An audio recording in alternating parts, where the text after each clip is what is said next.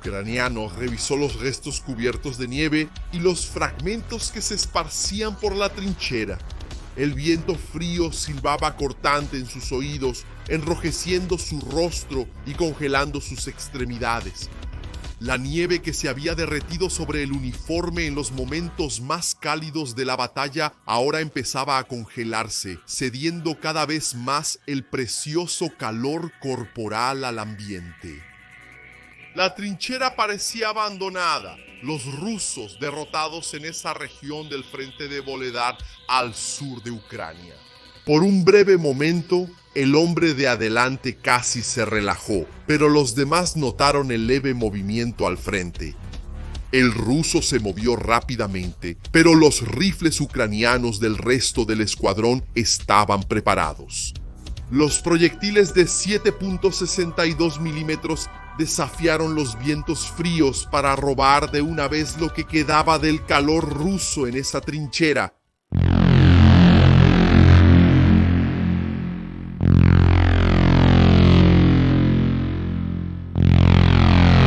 Los primeros meses de la guerra de Ucrania fueron de incredulidad. El poderío ruso avanzó sobre un país que había cedido sus bombas atómicas y tenía casi toda su doctrina militar basada justamente en ese ejército que ahora invadía.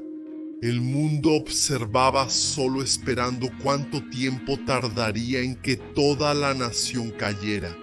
No había quien creyera que un estado mucho menor pudiera resistir al avance de una de las mayores potencias militares del mundo. Pero los ucranianos se mantuvieron en pie a pesar de sucesivas derrotas y masacres. Poco a poco, la ayuda llegó en diferentes formas. Armas vinieron de otros países, pero también llegaron recursos humanos por cuenta propia. Hombres de varias naciones se unieron a los ucranianos en el combate contra los rusos. La Legión Internacional se formó cuando combatientes de varios países empezaron a llegar a Polonia y otros lugares para luego dirigirse a la zona de conflicto. Los legionarios formaban parte del ejército oficial ucraniano. El maorí Keintetai fue uno de ellos. Nacido en Nueva Zelanda, pasó por Afganistán enfrentando la dureza de los combates en el calor de los valles y el frío en las montañas. Sobrevivió a explosivos improvisados y a ataques repentinos de francotiradores. Al llegar a Ucrania, encontró otro tipo de guerra donde el fuego llovía del cielo y la muerte araba los campos para sembrar cuerpos de hombres de cualquier nación. Keren Titai, con nombre clave Tortuga, comandaba un pelotón de nacionalidades tan mezcladas que las construcciones se hacían en cadena. Portugués a español, español a inglés, inglés a ucraniano. Eran tantos al principio que el neozelandés miraba y se preguntaba cómo funcionarían juntos. El campo de batalla se había llenado de ex policías fuera de forma, fanáticos de las armas y románticos de la guerra. Poco a poco el terror los fue filtrando. Los hombres aprendieron la necesidad de marchar kilómetros o correr bajo bombardeos. Otros vieron que sus objetivos les disparaban de vuelta, muchas veces con munición incendiaria. Y el romance de algunos con la guerra terminó en un divorcio irreconciliable al descubrir que la parca es una amante que la guerra nunca va a abandonar. Tortuga se trasladó a la región de Vuhledar con el pelotón en los primeros meses de batalla. El intenso bombardeo de los rusos caía sobre Pavlífica, una ciudad más al sur, cuando iniciaron el reconocimiento de la región. Otros dos neozelandeses se habían unido a ellos, Tai y Dominic Ablen. Un alemán con el nombre en clave Tikil y el estadounidense Joshua Jones también participaban en las misiones de reconocimiento. Por supuesto, la legión estaba subordinada a una brigada, lo que permitía que Turtle tuviera contacto y luchara junto a ucranianos como Alexei, con quien había participado en entrenamientos principalmente para invasiones y combate cuerpo a cuerpo. El pelotón extranjero de reconocimiento participaba en misiones importantes. Era el inicio del otoño, cuando las hojas caían y la vegetación dejaba de ser una de las grandes protecciones para los avances, cuando empezaron a caminar por el terreno alrededor de Pavlivka. Miraban hacia atrás, donde en Vuhledar las tropas de la 72ª y la 53ª Brigadas Mecanizadas Ucranianas se preparaban para los combates. El estadounidense Herring, con 5 años de experiencia en las Fuerzas Armadas estadounidenses, caminaba junto a Turtle, siguiendo las órdenes del neozelandés. Era él quien hacía volar los drones. Sus ojos, fijos en la pantalla, observaban a los rusos caminando por las trincheras. Él también sabía cómo transformar esas pequeñas máquinas voladoras en armas para un descenso ágil y preciso en los escondites rusos. El humo era lo único que se veía desde allá arriba cuando los fragmentos de las granadas se hundían en los cuerpos enemigos. Ocasionalmente solo se acercaban a posiciones avanzadas con la intención de lanzar un dron y observar. Tortuga planeaba la misión y ellos marchaban en silencio durante la noche, tratando de evitar a los observadores rusos. Cuando el dron volaba, marcaban bien las posiciones, incluso viendo cuando los tanques avanzaban. El sistema de posicionamiento global era un aliado valioso para indicar a dónde disparar. Poco a poco, tanques y vehículos de combate de infantería explotaban, retrasando las ganas de los rusos de tomar Vuhledar. Aún así, los adversarios insistían. Como regla de la guerra, quedarse a la defensiva no era suficiente y los ucranianos decidieron contraatacar. Herring y Turtle hicieron la verificación de la trinchera enemiga. Cada zanja fue dibujada y los hombres contados para preparar un ataque. De regreso a la base, Turtle se unió a los demás para la planificación. El señor de la guerra se acomodó entre ellos, observando la certeza en el plan de los soldados. Él se rió del destino y de las parcas, las mujeres que manipulaban el telar de la vida y con sus tijeras cortaban el hilo que indicaba la existencia de los hombres en la tierra. El señor de la guerra era así, un comediante sádico que reinterpretaba los planes de los hombres para su perversa satisfacción y desesperación de los soldados. Era de noche cuando el avance de Tortuga y sus hombres comenzó. La planificación estaba completa, la trinchera estaba mapeada. Ahora solo quedaba esperar el transporte que los llevaría al combate. El piloto equivocado apareció para recogerlos, teniendo dificultades para llevar a las tropas en la dirección correcta. Los rusos terminaron detectándolos y la artillería inició su conteo programado de bombas, despertando almas en la noche a base de explosiones. Perdidos en medio de tantos impactos, se vieron obligados a desembarcar y continuar a pie en medio de la línea de árboles. Tortuga iba concentrado con el estadounidense Joshua Jones y el neozelandés Ablen al frente. Detrás de él, Tai venía con la PKM cargada para brindar cobertura. Los primeros disparos vinieron desde la oscuridad. Sus siluetas fueron detectadas por la visión térmica de los ucranianos. Los disparos pasaron junto a ellos, haciéndolos agacharse con las manos en las radios. Torto intentó comunicarse, pero los rusos seguramente ya estaban bloqueando el contacto. El silencio volvió a la noche después de que se quedaran quietos por un largo tiempo.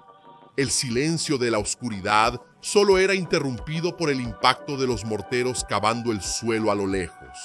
Tortuga se detuvo a mitad del camino, diciéndole a Tai que colocara la PKM en posición para la cobertura. A Blaine le tocó el hombro, diciendo que ahora cada uno seguiría su propio camino. Los dos neozelandeses se despidieron deseándose suerte, sabiendo que las parcas siempre tienen tijeras afiladas apuntando a la línea de la vida de los hombres. Turtle era maorí y ya le había dicho a Ablen que su cuerpo era solo una cáscara, que si caía no se preocuparan en buscarlo. Joshua Jones y otros estadounidenses seguían junto con Ablen, el alemán Tequil y otros miembros del pelotón. La noche todavía los protegía, pero ya eran las 5 de la mañana y los retrasos les habían dejado con poco tiempo bajo el manto de la oscuridad sobre sus cabezas. Pasaron entre los árboles retorcidos con la ropa enganchándose en las ramas rotas. Tantas formas en la noche parecían pequeñas apariciones de almas caídas tratando de detenerlos. Las primeras trincheras aparecieron justo adelante. Ablen levantó el rifle y vio las siluetas oscurecidas de los demás apoyando las culatas en los hombros. El neozelandés inspiró profundamente y soltó el aire para avisar a su cuerpo que comenzaba el Festival de la Muerte. Los primeros disparos tomaron por sorpresa a los rusos de guardia y las tijeras de las parcas empezaron a cortar activamente. Líneas de vida se rompieron cuando los proyectiles empezaron a dispersar sonidos apagados por silenciadores. La sorpresa les dio un avance rápido. Abelín lanzó las granadas dentro de los agujeros donde los rusos se escondían, despertando a algunos solo para que vieran los cañones calientes de las armas asegurarles el sueño eterno. Los rifles apuntaban hacia adentro de los agujeros, capturando las vidas de los rusos en la oscuridad mientras todavía decidían hacia dónde apuntar sus armas. Más despertadores volaron por la noche, aumentando el trabajo de cualquier entidad que fuera a recoger las almas de los rusos. Al menos 12 ya se habían despedido honorablemente de la operación especial en Ucrania cuando el ruido despertó a otros enemigos en la noche. Tortuga y Tai vieron a través de la visión térmica que algo andaba mal. La oscuridad empezó a llenarse de focos de calor cada vez más numerosos. Aparecían desde la tierra en una posición que no habían visto con el dron. Los neozelandeses lo entendieron de inmediato. Los rusos habían cavado una línea más de trincheras y la habían escondido entre los árboles caídos. Estos hombres, ahora de pie, comenzaron a disparar. La PKM de Tai comenzó a disparar proyectiles buscando esos pequeños puntos iluminados. El sol surgía en el horizonte, curioso por la escena de muerte y ansioso por iluminar nuevos registros. La PKN disparó como pudo, pero había demasiados rusos. Ablen anunció a los hombres que iniciaran la retirada. Disparaba cuando 5.45 milímetros le atravesaron la cabeza. Joshua Jones retrocedió con los otros 2 legionarios. El fuego de supresión sirvió de poco. El sol delataba sus posiciones a los rusos, quienes le dispararon en el muslo a Jones y también hirieron a los otros. El estadounidense pidió ayuda. Mientras tanto, los morteros acabaron con cualquier esperanza de rescatarlos mientras él sangraba profusamente. Tortuga y Tai sintieron la misma furia que venía del cielo.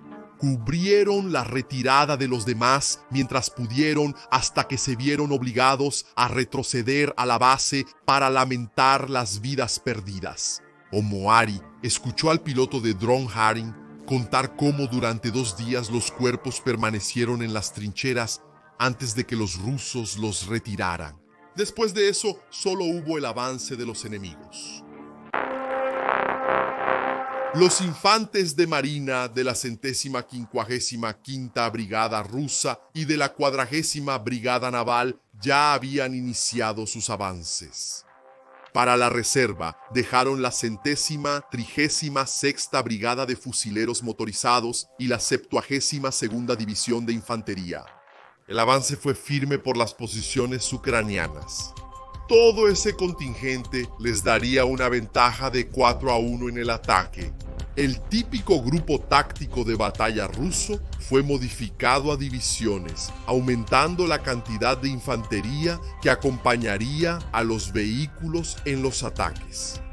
Los TOS anunciaron la ola de destrucción disparando decenas de veces sobre Bulgar. Los 220 milímetros escapaban de los lanzadores. Eran 30 de esas maldiciones de fuego cada 15 segundos cayendo sobre las bases ucranianas. Los BTR-82A y los vehículos de combate de infantería estaban llenos de hombres listos para el combate. La nieve caía sobre el metal, calentado solamente por los motores encendidos de los blindados. La primera fase del combate sería la toma de los suburbios cubiertos por árboles y casas de campo. La zona arbolada serviría de protección si lograban pasar por los largos campos cubiertos de plantaciones. Los vehículos de combate de infantería soltaron humo de cobertura, ocultando el paso de los hombres durante el avance y dificultando tiros más precisos de los ucranianos contra la infantería. Poco a poco, esos fusileros descendieron e iniciaron la toma de las casas. El primero avanzó por trincheras ucranianas que casi lo sorprendieron. Agachados, escaparon de los disparos enemigos pegados al suelo helado. Se levantaron despacio y disparando sin miedo. El rifle del primer hombre apuntaba hacia las cercas y avanzaba sabiendo que la muerte podría esperarlo. El entrenamiento de las tropas de élite se impuso, alejando a los ucranianos de la 72ª Brigada y permitiendo el avance hacia las casas. La tensión ponía a los rusos en un avance preparado, agachándose con cada disparo que escuchaban para luego levantarse corriendo y tomar las posiciones ordenadas. Una vez que las primeras casas fueron conquistadas, los refuerzos empezaron a llegar con mayor intensidad. Las casas de los sumudos eran de ellos. Ahora seguían viendo el humo de la artillería marcando el siguiente objetivo. Los hombres podrían haber seguido hacia Bodiane para cortar una ruta ucraniana, pero había una abertura lista dentro de las defensas de Vuleda. El vehículo de combate de infantería se acercó con fuego de supresión. Cañones de 100 milímetros y 30 milímetros destrozaron los ladrillos de las casas y a los ucranianos que no se escondieron a tiempo. Los infantes de marina desembarcaron en las primeras viviendas de la ciudad después de que se abrió la primera brecha. Combatir en un entorno urbano nunca era fácil. Había que prestar atención al peligro que venía desde arriba, suprimiendo a los hombres en las ventanas y permitiendo que los soldados entraran en las casas donde el ambiente confinado sería el último día de vida para los hombres más lentos o para aquellos que fueran sorprendidos. Había muy poco espacio para protección en esa pequeña ciudad. Las primeras casas no eran muy altas y hacían que los hombres se agacharan amontonados, esperando el momento en que los morteros cayeran sobre los ucranianos. Cada ventana recibía el cañón de un rifle y tenía su interior decorado con agujeros de proyectiles. El frío del ambiente era continuamente interrumpido por la pólvora estallando o por la artillería que calentaba la carne humana e incendiaba las casas. El humo ardía sobre ellos quemando las residencias. Las PKM cantaban ávidamente para dar cobertura a los hombres que intentaban doblar las esquinas. Los fusileros rusos tomaban casa por casa, entraban a los cuartos con cuidado, buscando enemigos. Sus grupos avanzaban por las residencias, asegurándose de que la munición se gastara bien para pintar el suelo con sangre ucraniana. Las granadas perfumaban el ambiente con olor a muerte, lanzadas por las ventanas y sorprendiendo a los defensores.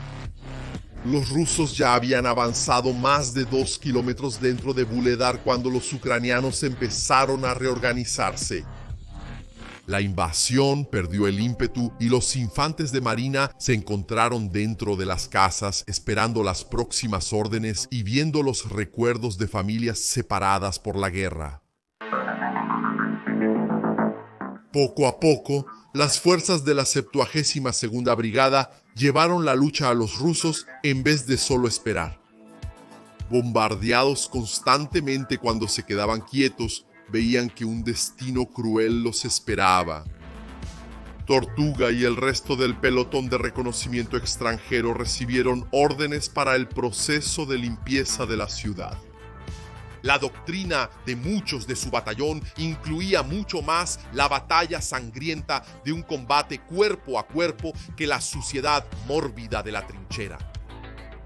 Neozelandeses, estadounidenses, franceses y alemanes se unieron, observando por las ventanas en busca de rusos.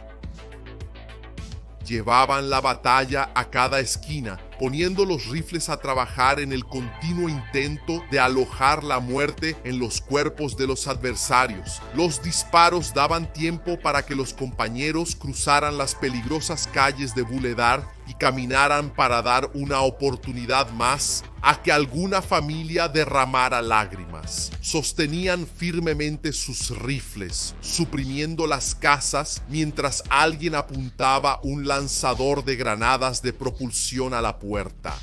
Escuchaban los gritos en medio de la explosión contenida por los ladrillos.